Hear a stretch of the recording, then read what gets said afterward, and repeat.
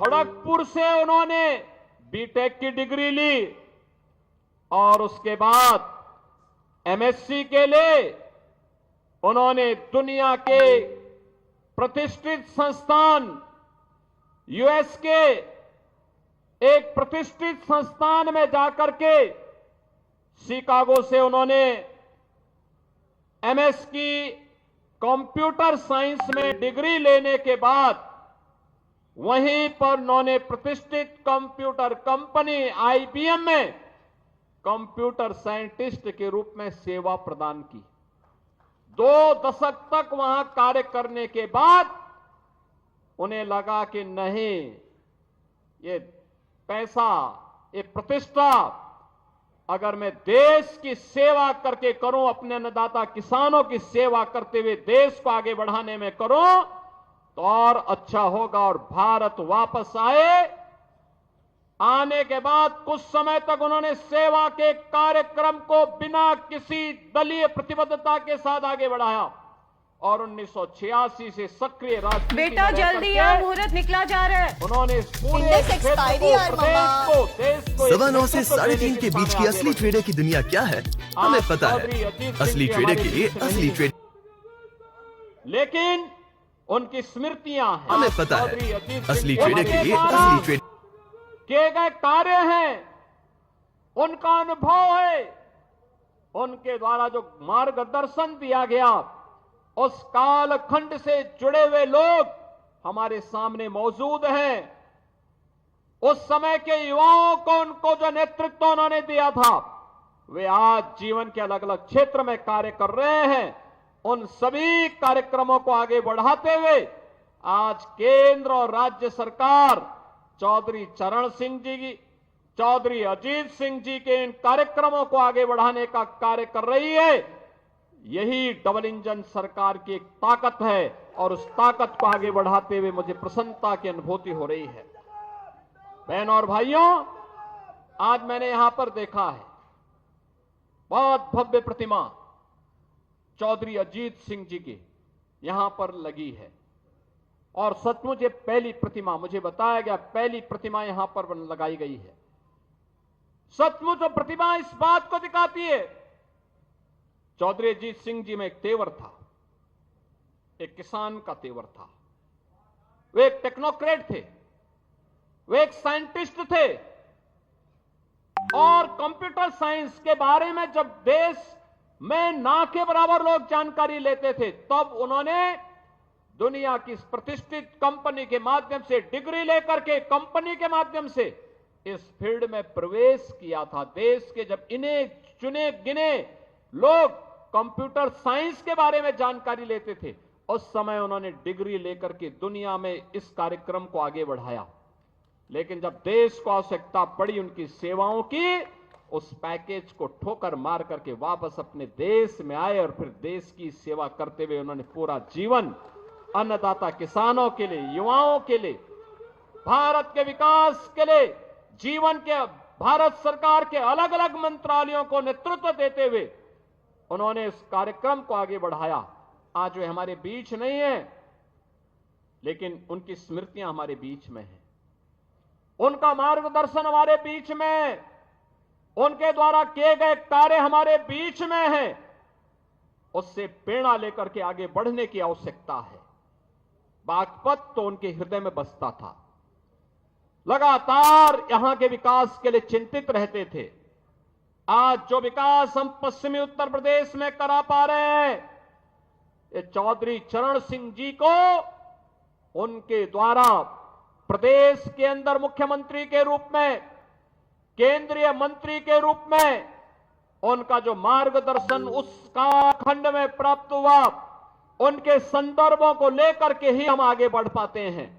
और आज मुझे बताते हुए प्रसन्नता है, बहनों और भाइयों, आज जब हम यहां पर उपस्थित हैं, मुझे बताते हुए प्रसन्नता है कि आज यहां पर जब हम एकत्र हुए हैं तो यहां पर आज 350 करोड़ रुपए से अधिक की परियोजनाओं का लोकार्पण भी हम लोग बागपत जनपद के लिए कर रहे हैं। मैं इसके लिए यहां के माननीय सांसद जी को, माननीय विधायकों को, माननीय जयंत जी को, सभी अन्य माननीयों को हृदय से बधाई देता हूं। आप सभी को अपनी शुभकामना देता हूं। बहनों और भाइयों, आज मुझे बताते हुए प्रसन्नता है कि यहां पर विकास की इन बड़ी बड़ी परियोजनाओं के साथ कनेक्टिविटी की योजना भी है, नए संस्थान बनाने के कार्यक्रम भी है, सड़कों के निर्माण का कार्यक्रम भी है। ये बागपत का तो अपना इतिहास है। याद करिए, 5000 साल पहले जब दुनिया में अंधकार था, दुनिया को किसी प्रकार की कोई जानकारी नहीं थी, तब 5000 साल पहले पांडवों ने जो 5 गांव मांगे थे, उनमें से बागपत एक गांव था। बागपत एक था। किसका इतिहास है? 5000 साल पहले का। दुनिया के अंदर कोई कितना भी विकसित देश क्यों न हो, कोई अपने 500 साल का बताएगा, कोई 700 साल का बताएगा, कोई 1400 साल का बताएगा, कोई 1500 साल का बताएगा, कोई 2000 साल का बताएगा। इससे ज्यादा कोई नहीं बता सकता। और बागपतवासी आप तो बोल सकते हैं कि भगवान कृष्ण ने पांडवों के लिए जिन 5 गांवों को मांगा था, उनमें से बागपत एक था। अगर हमारे इतिहास को देखना हो तो बागपत में भी आकर के आप देख लें। लेकिन बहनों और भाइयों, एक तरफ आप सभी अपनी मेहनत से, हमारा अन्नदाता किसान अपनी मेहनत से, अपने खून और पसीने की कमाई से विकास में योगदान दे रहा है। प्रधानमंत्री मोदी जी के विजन को प्रभावी ढंग से आगे बढ़ाने का काम कर रहा है। बागपत हो या मेरठ, बुलंदशहर हो या फिर गाजियाबाद, नोएडा या फिर हापुड़ या बिजनौर, मुजफ्फरनगर, शामली या सहारनपुर, इन सभी जनपदों के विकास के लिए लगातार कार्य कर रहा है। यहां का नौजवान लगा हुआ है, कार्य कर रहा है। और दूसरी तरफ कुछ लोग हैं जिनको विकास अच्छा नहीं लग रहा है। बहन और भाइयों, उनको अच्छा नहीं लगता। आपको बताते हुए मुझे बहुत प्रसन्नता की अनुभूति हो रही है। इस सदी का महाकुंभ चल रहा है प्रयागराज में। प्रयागराज महाकुंभ में आज माघी पूर्णिमा के अवसर पर भी करोड़ों लोग स्नान कर रहे हैं। प्रातः 4 बजे से ही मैं उस व्यवस्था में लगा था। मेरे सामने कल एक परसों असमंजस की स्थिति थी कि मैं यहां पे प्रतिमा अनावरण कार्यक्रम में आ पाऊंगा कि नहीं आ पाऊंगा। लेकिन जब चौधरी जयंत जी का फोन आया, उन्होंने कहा कि कैसे होगा। मैंने कहा आप चिंता मत करिए, मैं दोपहर के बाद, क्योंकि प्रयागराज में तब तक काफी बड़ी संख्या में लोग स्नान कर चुके होंगे, और फिर मैं वहां पर कार्यक्रम में भाग लूंगा, जरूर भाग लूंगा। और बहनों और भाइयों, में आया हूं। आप देखिए, ये नया उत्तर प्रदेश है। ये नया उत्तर प्रदेश है। 25 करोड़ की आबादी है और कल तक 50 करोड़ लोग प्रयागराज में मां गंगा, मां यमुना और मां सरस्वती की त्रिवेणी में आस्था का स्नान कर चुके कर लेंगे। यानी 50 करोड़ आबादी दुनिया के अंदर कहां होगी।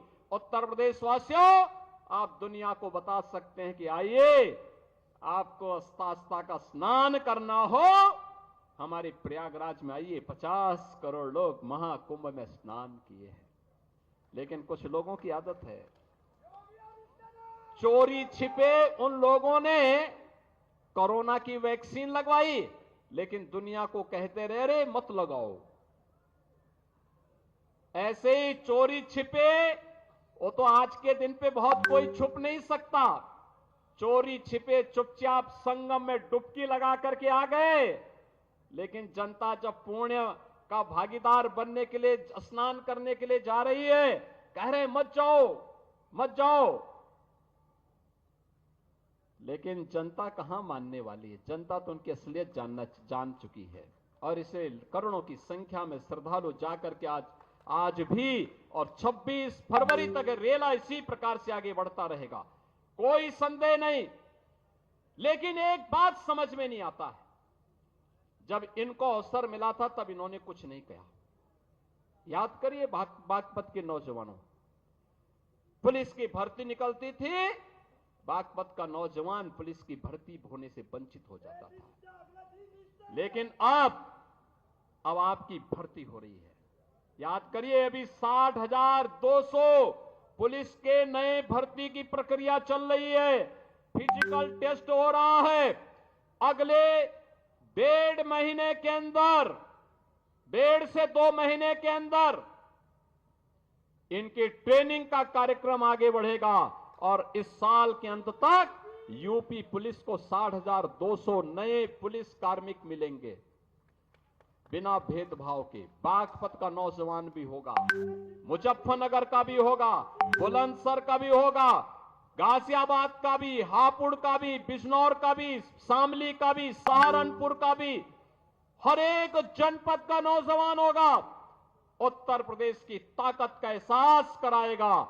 और उत्तर प्रदेश का नौजवान ही नहीं होगा, उत्तर प्रदेश की बेटियां भी होंगी, क्योंकि उनके लिए तो 20% जगह हमने अनिवार्य रूप से कर दिया है कि बेटी भी इसमें अनिवार्य रूप से भर्ती होगी।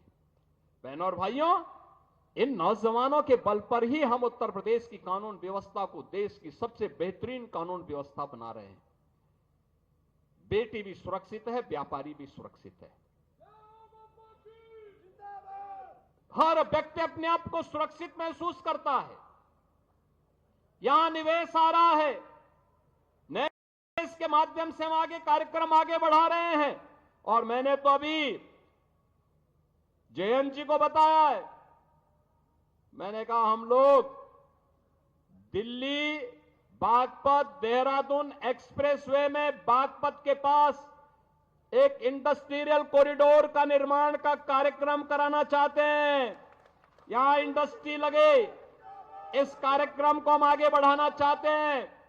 बस उसमें आप लोगों का आशीर्वाद और सहयोग प्राप्त होगा तो हमारे स्तर पर कहीं कोई संदेह नहीं, उस कार्यक्रम के लिए हम लोग पैसे की व्यवस्था भी कर चुके हैं।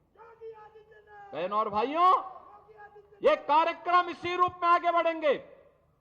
बागपत में मेडिकल कॉलेज के निर्माण की कार्रवाई को तेजी के साथ आगे बढ़ाने का आदेश दिया जा चुका है। मेडिकल कॉलेज बागपत में भी होगा।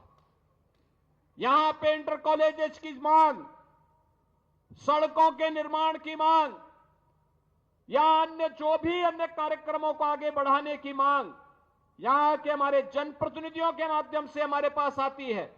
हम लोग उसमें कहते हैं कोई किसी प्रकार का कोई रोक टोक नहीं होना है। और बहनों और भाइयों, आज उन्हीं कार्यक्रमों को लेकर के हम लोग यहां पर आए हैं, जिसमें लोक निर्माण विभाग की भी सड़कें हैं, जिसमें 138 परियोजनाएं हैं, राजकीय इंटर कॉलेज सिंह। और भाइयों, विकास के लिए पैसे की कमी नहीं होगी।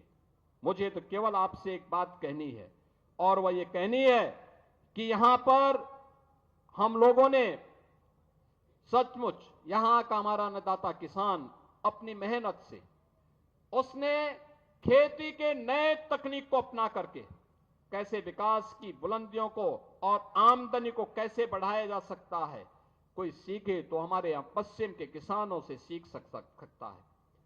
और इसीलिए उसी को प्रेरणा में रख करके अन्नदाता किसान के बारे में चौधरी साहब की बातों को ध्यान में रख करके कि देश के विकास का रास्ता देश के खेत और खलिहानों से होकर के जाता है। चौधरी साहब जिस बात को कहते थे, उसी बात को ध्यान में रख करके हम लोगों ने कार्य प्रारंभ किया।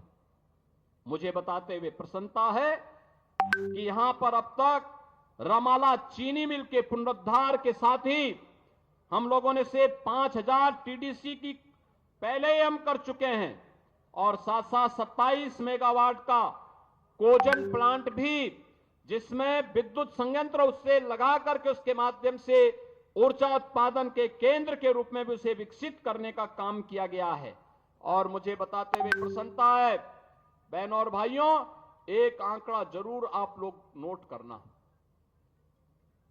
पिछले 8 वर्ष में, अभी 8 वर्ष हमें 25 मार्च को होंगे, लेकिन मैं आपको बताना चाहता हूं, अभी तक हम लोगों ने 2017 से अब तक 2,72,600 करोड़ रुपए अन्नदाता किसान को केवल गन्ना मूल्य का भुगतान अन्नदाता किसान के खाते में सीधे किया है। यानी 2,72,600 करोड़ रुपए और मुझे बताते प्रसन्नता है कि 2023-24 का 99.51% का गन्ना मूल्य का भुगतान हम लोग कर चुके हैं। और इसके साथ ही मुझे बताते हुए भी कि 1995 से लेकर 2017 तक 22 वर्ष में जितना गन्ना मूल्य का भुगतान विपक्षी दलों की सरकारों में हुआ है, चाहे वह समाजवादी पार्टी की सरकार रही हो या बहुजन समाज पार्टी की सरकार, उससे 22 वर्ष में जितना इन्होंने गन्ना मूल्य का भुगतान किया है, हम लोगों ने मात्र 8 वर्ष में, 8 वर्ष से कम समय में उससे ज्यादा लगभग 60,000 अधिक गन्ना मूल्य का भुगतान अब तक हम किसानों को कर चुके हैं। यानी उनका 22 वर्ष, हमारे 8 वर्ष उस पर हावी हैं। इसका मतलब अन्नदाता किसान के लिए अच्छी दिशा में सरकार ने कार्य प्रारंभ किया है और सरकार इस कार्यक्रम को आगे बढ़ाने का कार्य कर रही है। मैं आज के इस अवसर पर आप सभी को इस बात के लिए आश्वस्त करता हूं कि अन्नदाता किसान हो, नौजवान हो, एक एक पाई अन्नदाता किसान के खाते में जाएगी। अन्यथा चीनी मिल को हम लोग सरकारी अधिग्रहण लेकर के उस पे हम उसको सरकार के माध्यम से चलाने का काम करेंगे। और कोई भी व्यक्ति हर किसान हर चीनी मिल से हर चीनी मिल को अच्छे ढंग से चलाएंगे। हमने पिछले आपने इस बात को देखा होगा कि ये वह सरकार है जिस सरकार ने 3 नई चीनी मिलें लगाई हैं, 8 चीनी मिलों का विस्तारीकरण किया है और साथ साथ 120 चीनी मिलों में से 105 चीनी मिलें ऐसी हैं जो 10 दिन के अंदर, 1 सप्ताह से 10 दिन के अंदर गन्ना मूल्य का भुगतान कर रही हैं। 15 चीनी मिलें जो गन्ना मूल्य के भुगतान में थोड़ा लेट हैं, उनको भी समयबद्ध तरीके से गन्ना मूल्य भुगतान के लिए